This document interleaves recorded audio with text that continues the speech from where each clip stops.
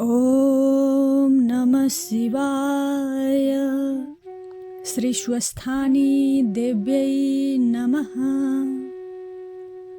यो अति पावन समय माघ मास महात्म्य अन्तर्गत श्री स्वस्थानी व्रतकथा श्रवण गरिरहनुहुने स्वदेश र विदेशमा रहनुहुने तपाईँ सम्पूर्णमा आज 10औं अध्यायको श्री स्वस्थानी व्रतकथा श्रवण गराउनु पूर्व तपाईहरू सम्पूर्णमा जय श्री राधेश्याम, राधे राधे।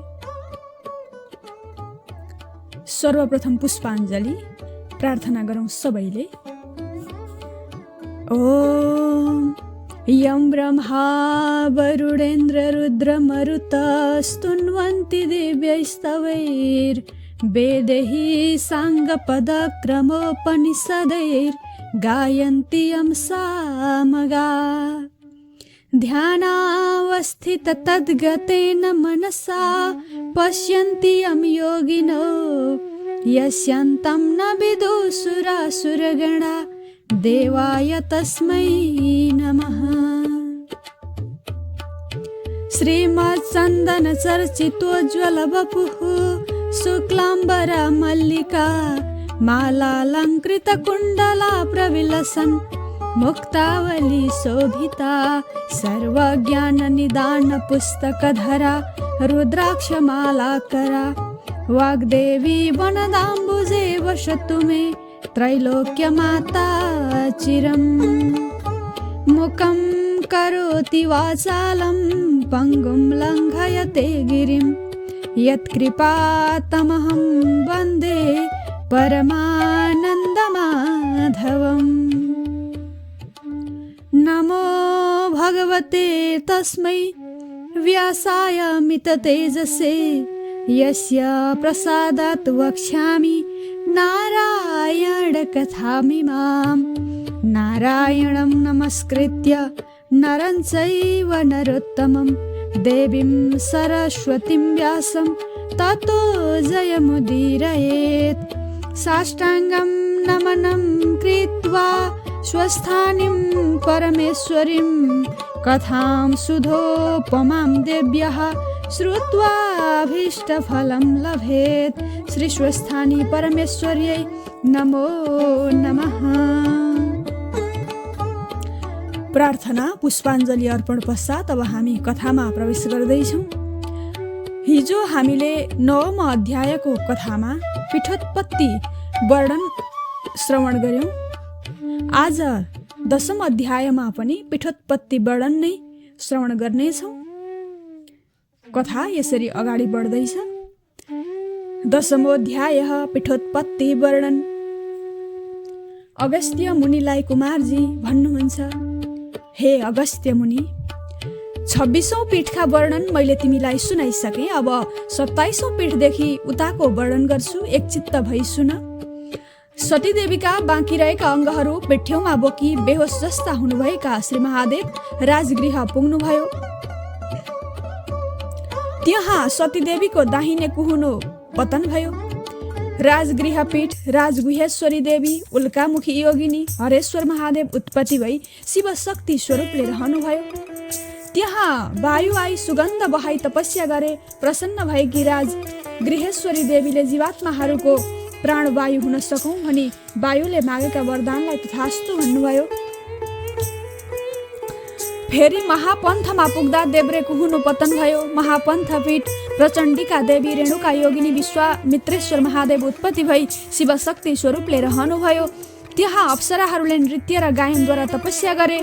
प्रसन्न भएकी ईश्वरीले वरदान माग भनेको सुनि इन्द्रादि देवताहरूलाई मोह पार्न सकौँ भनी अप्सराहरूले मागेका वरलाई प्रचण्ड चण्डिका देवीले तथास्तु भन्नुभयो। त्यसपछि कोलापुरमा पुगी उदर पतन भयो।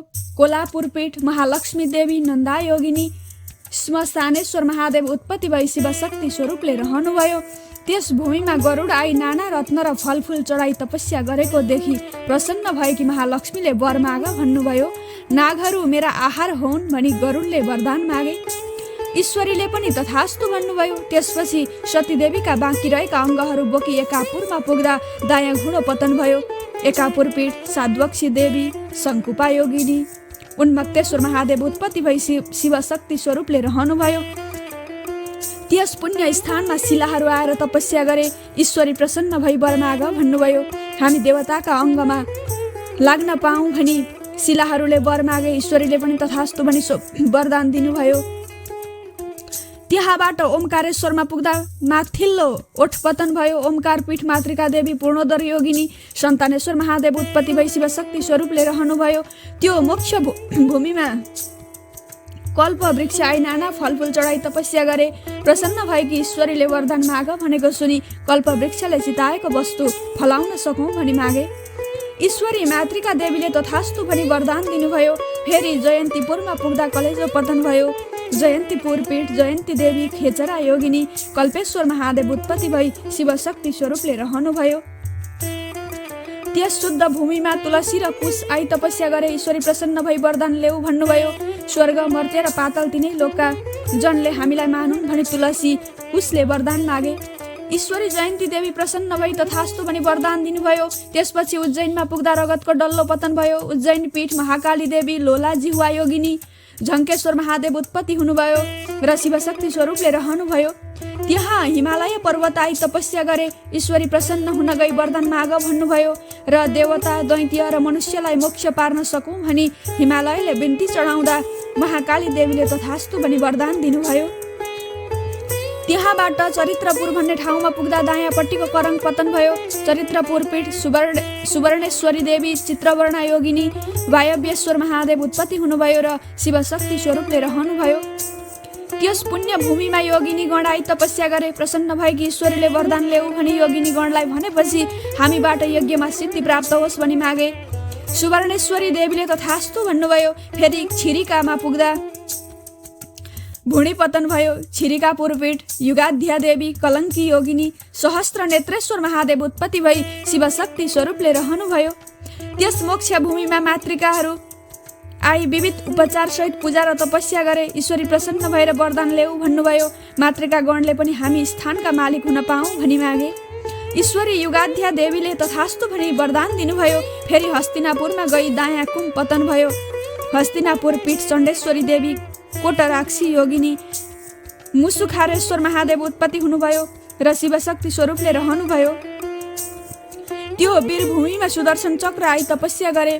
प्रसन्न भएकी ईश्वरीसँग संहारकर्ता हुन पाऊँ भनी सुदर्शन चक्रले मागेको वरलाई चण्डेश्वरी देवीले तथास्तु भनी वरदान दिनुभयो।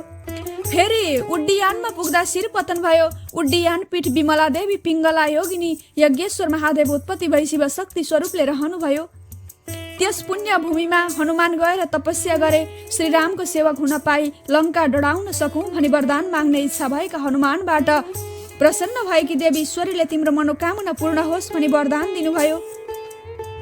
त्यसपछि प्रयाग पुग्दा फोक्सो पतन भयो। प्रयाग पीठ सुन्दरी देवी सिंह प्रजङ्गा योगिनी महेन्द्रेश्वर महादेव उत्पत्ति भई शिवशक्ति स्वरूपले रहनुभयो।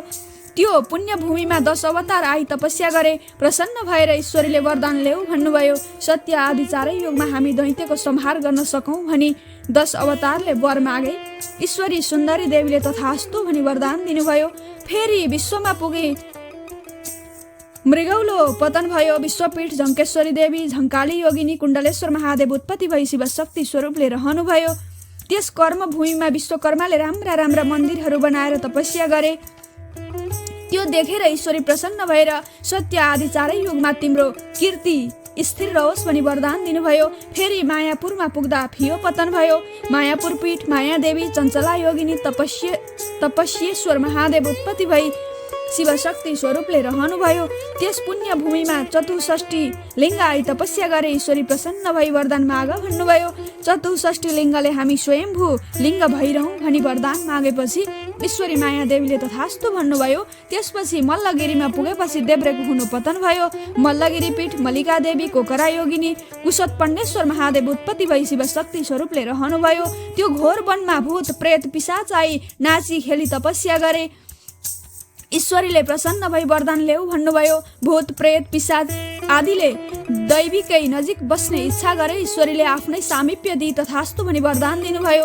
त्यहाँबाट मलयगिरीमा पुग्दा आसन पतन भयो। मलयागिरी पीठ वज्रेश्वरी देवी कोमला योगिनी जागेश्वर महादेव उत्पत्ति हुनुभई शिव शक्ति स्वरूपले रहनुभयो। त्यस पुण्य भूमिमा सत्यले तपस्या गरे। ईश्वरी प्रसन्न हुनुभई वरदान माग भन्नुभयो र सत्यमा जो रहला त्यसको उद्धार गर्न सकौँ भनी सत्यले वरदान माग्दा श्री ब्रजेश्वरी देवीले तथास्तु भनी सत्यको मनोकामना पूर्ण गराइदिनु भयो। त्यसपछि सेना भन्ने ठाउँमा पुग्दा मुकुट पतन भयो। सेनापीठ उमादेवी अष्टवक्रा योगिनी कोकेश्वर महादेव उत्पत्ति भई शिव शक्ति स्वरूपले रहनुभयो। त्यस पुण्य भूमिमा आदित्यादि नवग्रह आई तपस्या गरे। ईश्वरी प्रसन्न भएर के वर माग्छौ माग भन्नुभयो। यो सुनेपछि हर्षित भएका आदित्यादि नवग्रहले जगतका हानि लाभको अधिकार मागे। ईश्वरी उमादेवीले तथास्तु भनी वरदान दिनुभयो। त्यहाँबाट मेरुगिरीमा पुग्दा सूची स्थान पतन भयो। मेरुगिरी पीठ पूर्णादेवी कपालिनी योगिनी जिह्वा पतेश्वर महादेव उत्पत्ति भई शिव शक्ति स्वरूपले रहनुभयो। त्यस पुण्य भूमिमा सप्तनागाई हीरा मोती आदि नाना रत्न मणिमाणिक्यहरू चढाई पूजा र तपस्या गरे। ईश्वरी सन्तुष्ट भएर वरदान माग भन्नुभयो। हाम्रो शरीर अगम्य होस् भनी नागहरूले वरदान मागेपछि ईश्वरी पूर्णादेवीले तथास्तु भन्नुभयो। त्यसपछि महेन्द्राचलमा पुग्दा दक्षिण जङ्गा पतन भयो। महेन्द्र पीठ इन्द्राक्षी देवी ऊर्ध्वगामिनी योगिनी तारकेश्वर महादेव उत्पत्ति हुनुभई शिव शक्ति स्वरूपले रहनुभयो। त्यस पुण्य भूमिमा लक्ष्मी देवी आई नाना उपचार चढाई सेवा गरिन्। ईश्वरी प्रसन्न भएर वरदान माग भन्नुभयो। लक्ष्मी देवीले प्रत्येक वर्षको कार्तिक कृष्ण अमावस्याका दिन लोकमा मेरो पूजा र सम्मान होस् भनी माग्नुभयो। ईश्वरीले पनि तथास्तु भनी वरदान दिनुभयो। त्यसपछि बानरपुरमा पुगी सतीदेवीको देव्रे तिग्रो पतन भयो। बानरपुर पीठ कामेश्वरी देवी भैरुण्डा योगिनी वेदान्तेश्वर महादेव उत्पत्ति हुनुभई शिव शक्ति स्वरूपले रहनुभयो। त्यस मोक्ष भूमिमा कमल आदि पुष्प आई तपस्या गरे। ईश्वरी सन्तुष्ट भई वरदान ल्याऊ भन्नुभयो। कमल आदि पुष्पले हामी उषाकालमा सौन्दर्य साथ फक्रन सकौँ भनी वर मागे। यो सुनेर कामेश्वर देवीले तथास्तु भनी वरदान दिनुभयो। फेरि हिरण्यपुरमा पुग्दा गर्भ स्थान पतन भयो। हिरण्यपुर पीठ नवरत्नेश्वरी देवी त्रिपुरेन्द्र योगिनी नारदेश्वर महादेव उत्पत्ति हुनुभई शिव शक्ति स्वरूपले रहनुभयो। त्यस ज्ञान भूमिमा सरस्वती आई धेरै दिव्य स्तुति गरी तपस्या गरेको देखेर ईश्वरी प्रसन्न हुनुभई वर माग भन्नुभयो। सरस्वतीले पनि लोकमा जति जीवात्मा छन् तिनका बाणीमा गएर बस्न पाऊँ भनी वर माग्नुभयो। यो सुनेपछि नवरत्नेश्वरी देवीले पनि तथास्तु भनी वरदान दिनुभयो। त्यहाँबाट महालक्ष्मीपुरमा पुर्याइएकी सतीदेवीको देब्रेपट्टिको करङ पतन भयो। लक्ष्मीपुर पीठ कमलाक्षी देवी दिगम्बरा योगिनी त्रिकुटेश्वर महादेव उत्पत्ति भई शिव शक्ति स्वरूपले रहनुभयो। त्यस सिद्ध भूमिमा अणिमादि 8 सिद्धि आई योग मार्गले तपस्या गरे। प्रसन्न भएकी ईश्वरीले प्रकट भई वरदान ल्याऊ भन्नुभयो। अष्ट सिद्धिले पनि हामी अमर हुन पाऊँ भनी वर मागे। यो सुनेपछि कमलाक्षी देवीले तथास्तु भनी वरदान दिनुभयो। फेरि उमेशपुरमा पुग्दा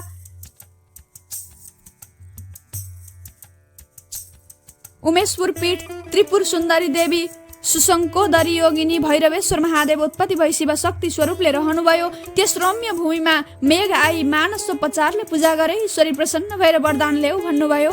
मेघले पनि लोकको उद्धारका निम्ति जलदान गर्न सकौँ भनी मागे। ईश्वरीले तथास्तु भनी वरदान दिनुभयो। त्यसपछि छाया छत्रमा पुग्दा शेष रहेका सतीदेवीका अङ्गहरू सबै नै पतन भए। छाया छत्र पीठ छत्रेश्वरी देवी सुकोमला योगिनी पिशाचेश्वर महादेव उत्पत्ति भई शिव शक्ति स्वरूपले रहनुभयो। त्यस शान्त भूमिमा अष्टभैरव आई नाना उपचारले पूजा गरे। ईश्वरीले दर्शन दिई वरदान ल्याऊ भन्नुभयो। हर्षित भएका अष्टभैरवले पनि मातृका गणको अधिपति हुन पाऊँ भनी मागे। ईश्वरीले तथास्तु भनी वरदान दिनुभयो। हे अगस्त्य मुनि, जहाँ जहाँ सतीदेवीको अङ्ग पतन भयो त्यहाँ त्यहाँ एक एक पीठको उत्पत्ति हुँदै गयो भनी माथि पनि मैले बताइसकेको छु। सबै पीठहरूको सङ्ख्या 7.5 कोटी छ। तीमध्ये यहाँ वर्णन गरिएका 50 पीठको मात्र दर्शन गरे पनि मनोकामना पूर्ण हुनेछ। 50 मध्ये एक पीठको मात्र पनि भक्तिपूर्वक दर्शन पूजा र सेवा गरे पनि इच्छा सिद्धि होला। मनुष्य जन्म पाएर शक्ति पुगेमा सबै नपुगेमा एकै पीठको मात्र दर्शन गर्नाले पनि जन्म सफल हुनेछ भनेर चतुर्मुखी ब्रह्माको कथन रहेको छ। इति श्री स्कन्द पुराण केदारखण्डे माघ महात्म्ये कुमार अगस्त्य संवादे श्री स्वस्थानी परमेश्वरी व्रत कथायां पीठोत्पत्ति वर्णनम नाम 10मोऽध्यायः। पुष्पाञ्जलीको लागि फुल लिएर हात जोड्नुहोला। ॐ उपनयतु मङ्गलं वः सकलजगन्मङ्गलालय श्रीमान् दिनकर किरणनिबोधित नवनलिनदलनिभेक्षण श्रीकृष्णः। काले वर्षतु पर्जन्य पृथिवी शस्यशालिनी देशोऽयं क्षोभरहितो ब्राह्मणा सन्तु निर्भया अपुत्रः पुत्रिणः सन्तु पुत्रिणः सन्तु पौत्रिणः निर्धना सधना सन्तु जीवन्तु शरदां शतम्। तत्रैव गङ्गा यमुना च तत्र गोदावरी सिन्धु सरस्वती च तीर्थानि सर्वाणि वसन्ति तत्र यत्राच्युतोद्धारकथा प्रसङ्ग। या कुन्देन्दु तुषारहारधवला या शुभ्रवस्त्रावृता या वीणावरदण्डमण्डितकरा या श्वेतपद्मासना या ब्रह्माच्युतशङ्कर प्रभृतिभिर्देवैः सदा वन्दिता सा मां पातु सरस्वती भगवती निःशेषजड्यापहा। कायेन वाचा मनसेन्द्रियर्वा बुद्ध्यात्मना वा अनुसृते स्वभावात् करोमि यद्यत् सकलं परस्मै नारायणायेति समर्पये तत्। अनन्या चेतसा भक्त्या श्रुतं यच्च कथामृतं समर्पयामि तत्सर्वं स्वस्थानिं परमेश्वरीम्। ॐ श्री स्वस्थानी परमेश्वर्यै नमो नमः। श्री स्वस्थानी देव्यार्पणमस्तु। श्री स्वस्थानी माता की जय। राधे राधे।